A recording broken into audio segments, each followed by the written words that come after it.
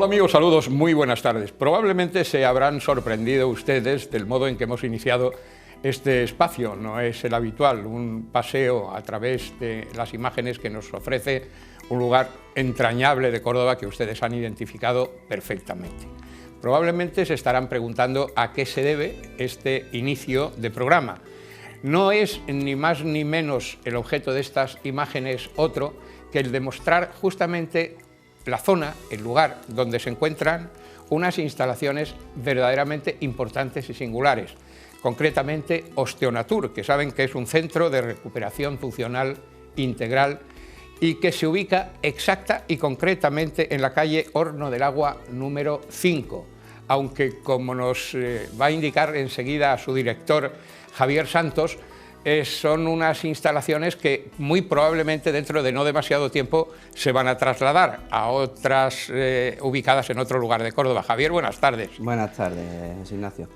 Pues evidentemente, como estabas diciendo, queremos ampliar y queremos dar más servicio, por lo tanto lo que vamos a hacer es, estamos buscando un sitio donde satisfacer más las necesidades, con más profesionales, de manera que podamos dar muchas más soluciones. Y además observarán ustedes a lo largo de estas emisiones que vamos a ir manteniendo que efectivamente Javier es el director de un amplio equipo multidisciplinar, porque como el propio nombre de la clínica indica, pues este es un centro de recuperación funcional integral.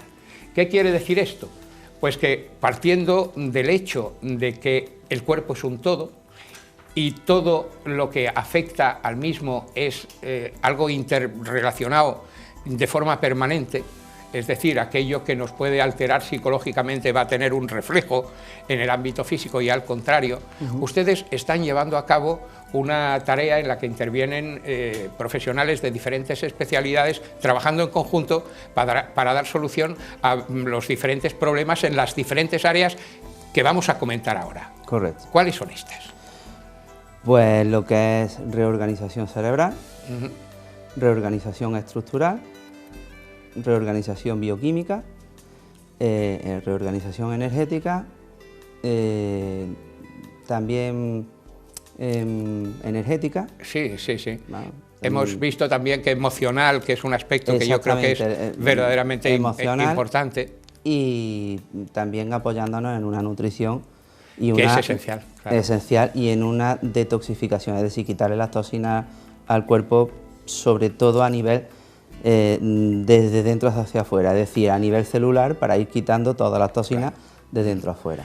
Estamos viendo que además estos tratamientos que llevan ustedes a efecto pueden ser realizados en todo tipo de personas, desde niños hasta ancianos. Es más, algunos problemas que producen un intenso dolor de cabeza muchas veces a los padres, como pueden ser el que se les presente un hijo con hiperactividad, algo que comentábamos fuera de pantalla, como es, por ejemplo, esos niños que tienen dificultades para escribir de una manera correcta, y cómo fuimos testigo de algo tan interesante como después de una sesión, como una niña que escribía, ya lo iremos viendo en imágenes que me parece que tenemos por ahí, pues empezó a escribir de una manera recta cuando lo hacía de una manera verdaderamente extraña. Correcto. Y eso, ¿a qué se debe y sobre todo cómo trabajan ustedes? Y ya iremos analizando por áreas, pero esto es que me llamó mucho la atención y me gustaría que lo comentásemos. Bueno, pues eso se debe a que el cerebro pues no está bien organizado. Una de las causas es que el sistema que hay educativo pues no está adaptado al desarrollo motor infantil. Entonces pues la pinza escribana biológicamente hasta una edad no se hace correctamente, se les empieza a meter a los niños, es decir, se les fuerza el ritmo biológico de la maduración cerebral que puedan tener. Eso conlleva a que tienen hábitos, tienen posturas, tienen otro número de reacciones que no son correctas y además no coordinan mano-ojo y una serie de factores. Estamos viendo precisamente en estos momentos algunos de los ejercicios a que hacíamos referencia nosotros hace un momento. Por ejemplo, esta niña, empezamos a las 18:57, y empezaba a escribir desordenadamente, las letras, bueno, casi ilegibles algunas. La niña lo que se estresaba mucho porque tardaba muchísimo en hacer las tareas y estaba frustrada porque era una de las poquitas que no conseguía terminar las tareas allí, sino que se tenía que llevar las tareas a casa. Claro. Y es una de las cosas que pide, quiero terminar a tiempo las tareas para no tener tareas en casa. Bien. Cuando ya estuvimos haciendo lo que es el trabajo de reorganización cerebral, pues a las 20 horas 6 minutos, si no veo mal, pues esa es la escritura. Estamos viendo cómo la parte de abajo escribe perfectamente alineado. Esto se hace de una con manera los padres delante. Uh-huh. Yo siempre prefiero trabajar con los padres delante o con un tutor o con alguien, ¿no? Primero porque no me gusta trabajar con los niños solos, segundo porque necesito que vean cómo trabajo. Claro, para que ellos entiendan. Entiendan Uh-huh. y además noten por qué su hijo se estresa, por qué su hijo puede hacer las cosas mejor, dónde pueden fallar ellos, dónde se les puede apoyar, tanto a ellos como padres como a los niños, ¿no? Y bueno, la reacción de la madre cuando vio esto, pues evidentemente fue alguna lagrimita que otra, porque de ver su hija que no escribía correctamente a ver lo que habíamos conseguido en una hora. Y yo creo que eso repercute ya no solamente en el hecho de aprovechar mejor el tiempo, sino en que para la hija psicológicamente es excelente, porque ha superado un problema y efectivamente la autoafirmación al haber resuelto ese, seguramente que le habría resuelto otros muchos derivados precisamente de esa mala conciencia que tenía de sí misma porque no hacía las cosas como los demás. Exactamente, ¿no? pero aparte de eso, al estar haciendo los ejercicios durante un mes que se le mandó, cuando ya vino, pues la niña que se orinaba porque distintas causas, ¿no? Pero se orinaba, no se vestía sola, dependía mucho de la madre, bueno, pues después ya dejó de orinarse, la autonomía, se vestía sola, ayudaba en casa. Estos niños suelen tener algunos modos un poco violentos, algunos prontos un poco violentos, pues reprimían más, ya no era tan... La madre estaba mucho menos estresada porque la niña evidentemente estaba la actitud mejor. de la madre mejoró también al saber qué pautas debería utilizar. El ambiente familiar cambia. Evidentemente. Entonces desencadenas un efecto, un círculo beneficioso en vez de un círculo vicioso. Efectivamente. Bueno, esto es simplemente una gota en este mar de posibilidades que ofrece la reorganización cerebral. Yo me imagino que utilizan ustedes en función de los pacientes diferentes métodos precisamente para resolver estos problemas. Pero yo tengo aquí una chuleta porque, claro, lógicamente no me lo puedo aprender todo de golpe. Decíamos al principio del programa que ustedes se dedican a la reorganización cerebral, a la estructural, a la bioquímica, es muy importante, a la emocional. Y todo esto lo llevan a cabo, me imagino, que en una serie de sesiones que, dependiendo de la profundidad de la alteración o del problema, podrán durar más o menos tiempo. Este tipo de tratamientos, lo decíamos al principio, es multidisciplinar, es decir, que en ocasiones pues no solamente usted va a llevar a cabo el proceso, sino que va a estar acompañado por otros profesionales, ¿no? Correcto. Y hay veces, perdona que te corte, pues yo veo un problema que en este caso puede ser, por ejemplo, me viene con un problema de pisada, un problema de espalda o un problema de equilibrio, por decirlo así, estructural, y vemos que el problema principal, la raíz del problema en sí, es la estructura de la boca. Yo como osteópata puedo manipular algo, la mandíbula, la ATM, pero quien tiene que trabajarlo es un estomatólogo preparado específicamente en este tipo de tareas. No todos los odontólogos ni dentistas trabajan esto, solo hay un tipo de especialista que trabaja esto. Esto es importante porque yo desconocía, hablando con usted fuera de cámara también aprendí algo que me parece muy importante, es la verdadera importancia que tiene la articulación temporomandibular, porque está relacionada con el equilibrio e incluso factores emocionales pueden venir derivados de una incorrecta articulación temporomandibular, ¿no? Y esto es verdaderamente apasionante porque vamos aprendiendo e iremos aprendiendo en sucesivos programas esa interrelación que existe entre deficiencias que aparecen en la fisiología de la persona, que aparentemente van a pasar desapercibidas, vamos a tratar problemas que se derivan de eso, pero mientras no lleguemos a la causa, va a ser muy difícil resolver este problema, ¿no? Correcto, te puedes liar a dar vueltas, a dar vueltas, a dar vueltas, y si no tienes este conocimiento, pues la persona se queda sin su tratamiento y puede estar divagando, deambulando, mejor dicho, ¿no? Especialista tras especialista, tomándose cualquier tipo de tratamiento que no le va a paliar, pero no le va a solucionar. Claro. Bueno, ustedes desarrollan diferentes técnicas, diferentes líneas médicas, la osteopatía, la kinesiología, la naturopatía, la reorganización cerebral, de lo que hemos comenzado a hablar, y hablaremos de todas estas técnicas, ramas de la medicina en diferentes programas, y algo tan importante también como los reflejos primitivos, esos que tenemos ahí, que en un momento determinado se nos van a desconexionar, o se nos van a... Te explico. Primero quiero puntualizar. Las especialidades que tú has comentado están dentro de la rama parasanitaria. Sí, sí. ¿Vale? Son técnicas terapéuticas parasanitarias, no clínicas, ¿no? Terapias naturales no clínicas. En el centro tenemos terapias naturales no clínicas y profesionales clínicos. Efectivamente, entonces, lo acabamos de oír hace un momento. Exactamente, ¿no? Diferentes médicos pero sí, de distintas especialidades. Hoy por hoy todavía no lo han incluido, entonces, bueno, ese es matiz, ¿no?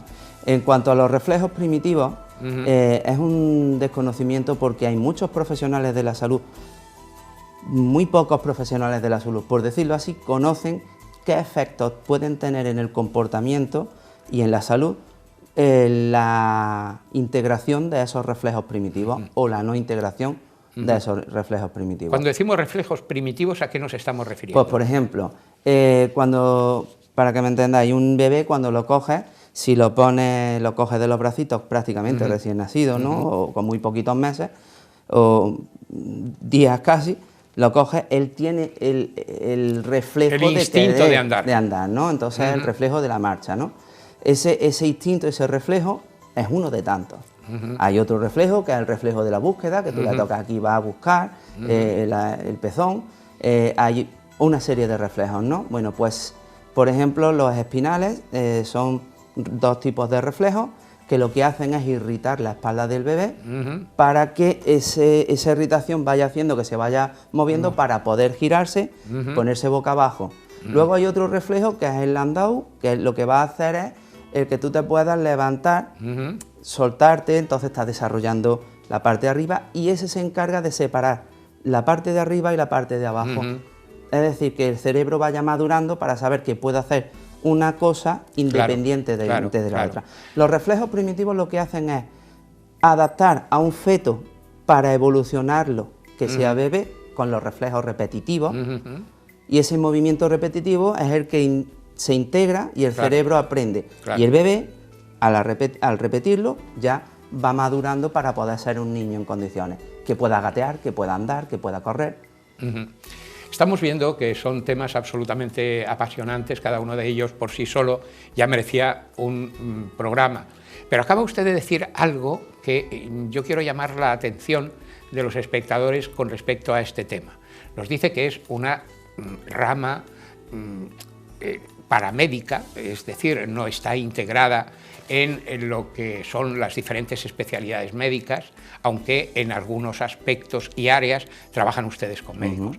Pero incluso esto es muy importante porque, por ejemplo, para el ejercicio de la osteopatía, es una enseñanza que está reglada para adaptarse al plan Bolonia de una manera un tanto particular, de manera que yo creo, corríjame si me equivoco, que aquí la experiencia en la clínica, es vital, es determinante, porque yo me imagino que algún tipo, digamos, de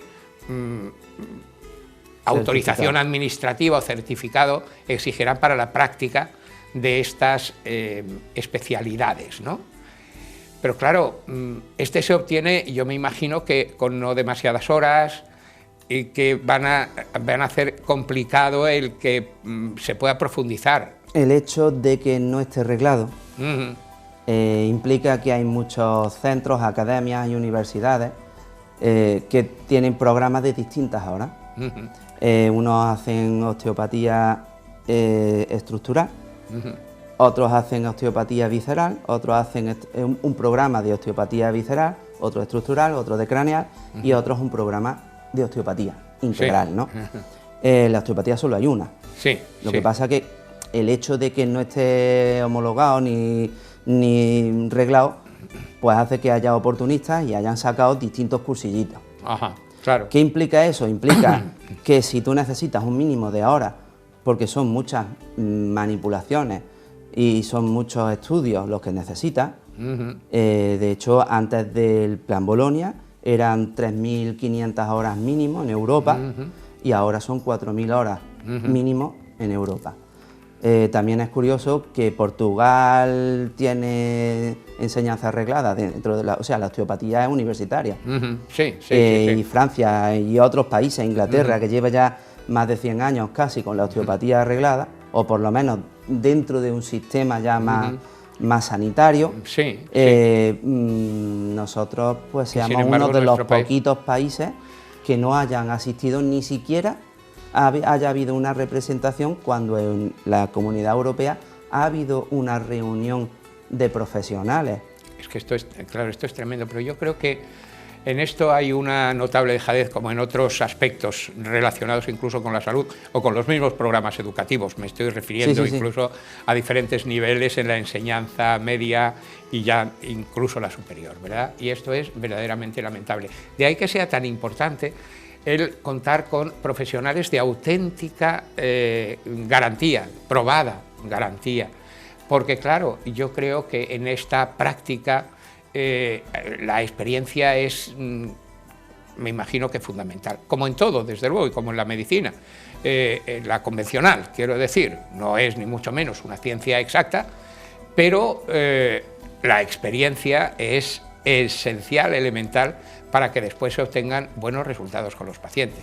En este aspecto, bueno, tenemos por delante, porque yo creo que ya casi estamos consumiendo nuestro tiempo, apenas 4 minutos nos quedan para cerrar este primer programa, pero yo no quiero cerrarlo sin que expliquemos de forma clara a nuestros telespectadores de qué manera ustedes organizan su trabajo.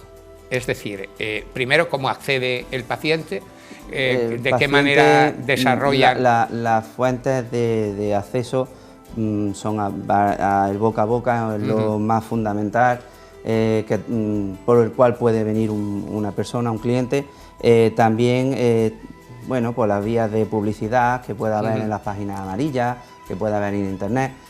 Pero una de las cosas que más está ocurriendo, gracias a Dios, es que centros sanitarios pues nos están enviando algún traumatólogo, algún centro de pediatría, algún centro... ya hay más profesionales sanitarios que son conscientes de qué es lo que hacemos y ya nos van derivando. Esto es importante porque eso es una garantía también verdaderamente importante. El reconocimiento de los profesionales, de la labor y la importancia que tiene el trabajo que ustedes llevan a cabo. Más que nada que el reconocimiento, el conocimiento de que existe. De que existe, y eso es muy importante.